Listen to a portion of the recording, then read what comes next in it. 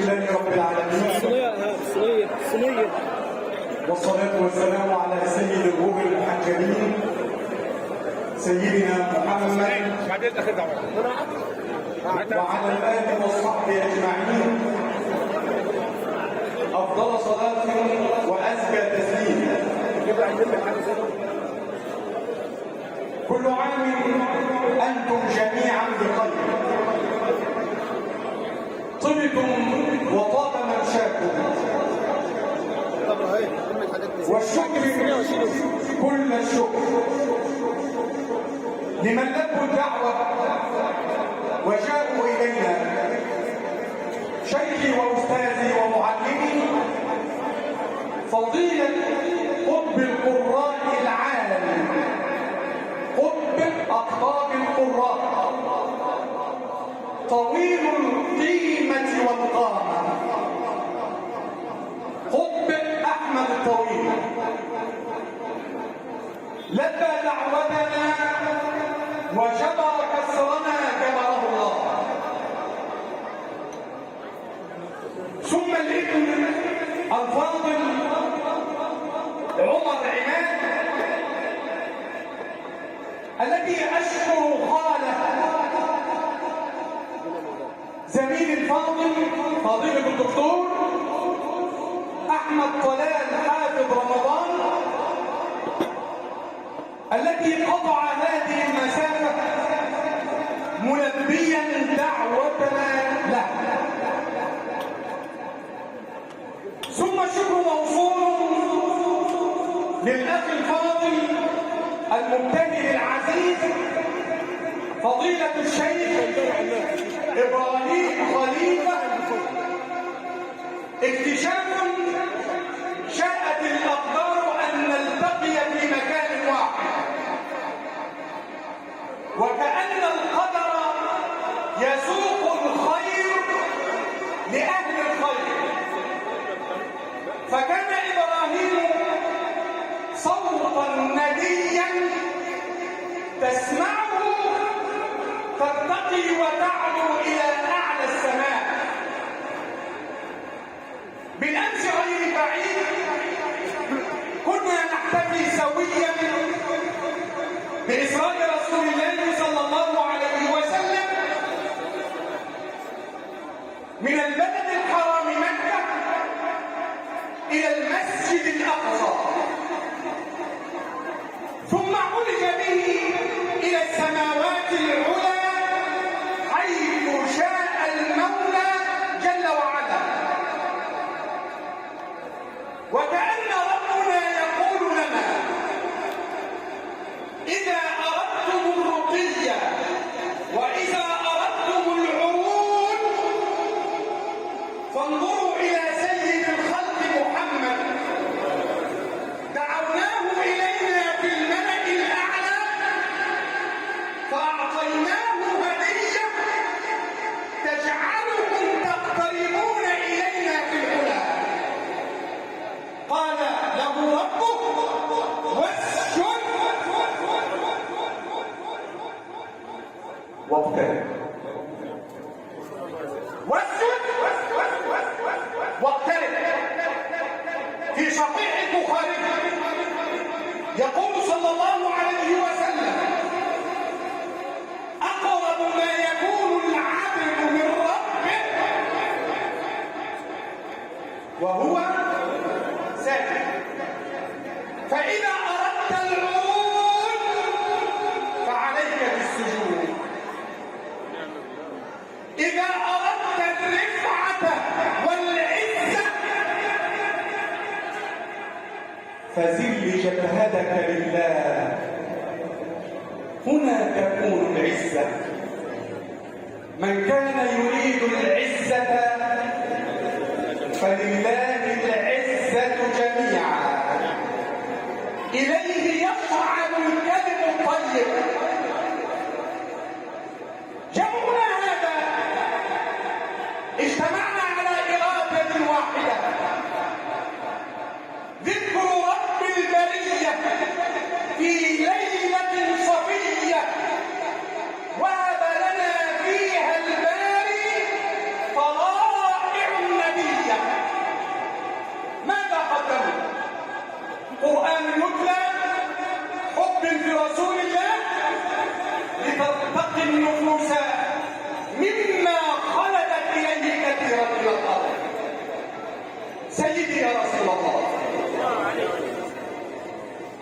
أتحفنا شيخنا وعرجت بروحي معه وكأنه يأخذ بيدي لنصعد إلى أعلى عليين. اقرأ. قد نرى تقلب وجهك في السماء. تقلب وجهك في السماء. اتكلم ما كلمت. قعد نص للسماء. قد نرى تقلب وجهك في السماء. أدب يعلمنا إياه رسول الله. إنه يعلم السر وأخفى. إذا كانت لديك شكوى وضاقت بك الدنيا فول وجهك شطر السماء كما ولاه سيد الأنبياء فكان الفرح فلنولينك قبلة الله. فلنولينك قبلة الله ولا تعلم. سيدنا رسول الله صلى الله عليه وسلم في الحديث الذي رواه الإمام مالك والشيخان عن البراء بن عازب أنه صلى الله عليه وسلم كان يصلي في المدينة تجاه بيت المقدس 16 أو 17 شهرا. وكان يعجبه أن تكون قبلته البيت الحرام. تعالى كده ربنا قال له فلنولينك قبلة فولي وجهك شطر ايه؟ قال ايه؟ المسجد ايه؟ مسجد بيت الحرام ليه؟ هو احنا لما بنروح هناك بنلف حوالين المسجد ولا حوالين البيت؟ طب ما هو قال في القرآن إن أول بيت وليوفوا نذورهم وليطوفوا بالبيت العتيق. هنا لم يقل له فولي وجهك شطر البيت وإنما قال له مشفقا على الأمة بأسرها ولوا وجوهكم شطر المسجد الحرام فنبيكم خير الأمم خير الأنبياء وأنتم خير الأمم. اقرأوا. وكذلك جعلناكم أمة وسطا لتكونوا شهداء ويكون الرسول عليكم شهيدا. أمة الإسلام عندما وجهها ربها إلى المسجد الحرام شفقة ومحافظة عليه لأنك لو قصدت البيت الحرام لكان في ذلك مشقة والله يريد بنا اليسر ولا يريد بنا العسر. ثمة وجه آخر قال مولانا فولي وجهك شطر المسجد الحرام. تكرار لفظ فولي وجهك تكرر 3 مرات. الآية الأولانية قد نرى تقلب وجهك في السماء فلنولينك قبلة ترضاها فولي فولي وجهك شطر المسجد الحرام. الآية الثانية ومن حيث خرجت فولي وجهك شطر المسجد الحرام. جاءت الوصف. الثالثة الأخرانية ومن حيث خرجت فولي وجهك شطر المسجد الحرام وحيث ما كنتم. لما التكرار أيها الأحبة؟ قال الإمام القرطبي رضي الله تعالى عنه وأرضاه: الأولى فولي لأهل مكة، والثانية فولي لبقية المسلمين في الأمصار، يعني في كل البلاد، والثالثة لمن خرج في الأسفار. يعني ايه؟ يعني احنا في اي حته نتوجه ايه؟ المسجد الحرام. الاولانيه لاهل مكه، يعني اللي داخل مكه يعملوا كذا. الثاني لبقيه بلاد العالم الاسلامي الامصار. الثالثه لمن خرج في الاسوار. وهنا ايها الاحبه نعلم قدر الحبيب صلى الله عليه وسلم. في يده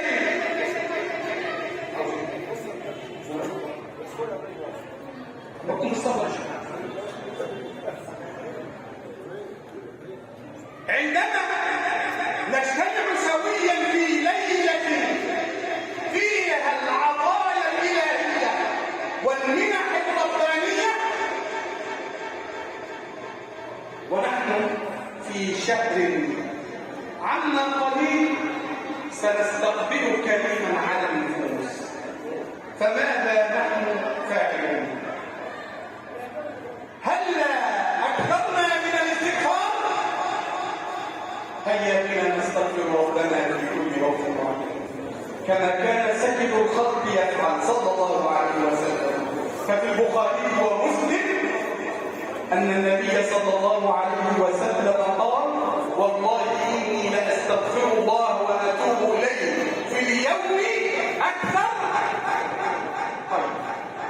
وقال ربنا في سورة نبيه نوح: فقلت استغفروا ربكم إنه كان يرسل السماء عليكم ويمددكم بأموال ويجعل لكم جنات ما لكم لا ترجون لله. سيدنا رسول الله صلى الله عليه وسلم كان يتضرع إلى ربه: أما رأيت قد نرى تقلب وجهك في السماء؟ بماذا تدعو؟ وبماذا تقبل على ربك؟ قل وقل معي: إلهي لا تعذبني فإني مقر بالذي قد كان مني، فما لي حيلة إلا رجائي لعفوك إن عفوت وحسن ظني. وكم من ذلة لي في الخطايا وأنت علي ذو فضل ومن. إذا فكرت في ندمي عليها عضضت أنامي وقرعت سني، أجن بزهرة الدنيا جنونا وأقطع طول عمري في التمني. لو أني صدقت الزهد عنها قلبت لأهلها ظهر المجد. يظن الناس بي خيرا وإني لشر الخلق إن لم تعف عني. اللهم صل وسلم وبارك على سيدنا محمد، واخر دعوانا الحمد لله.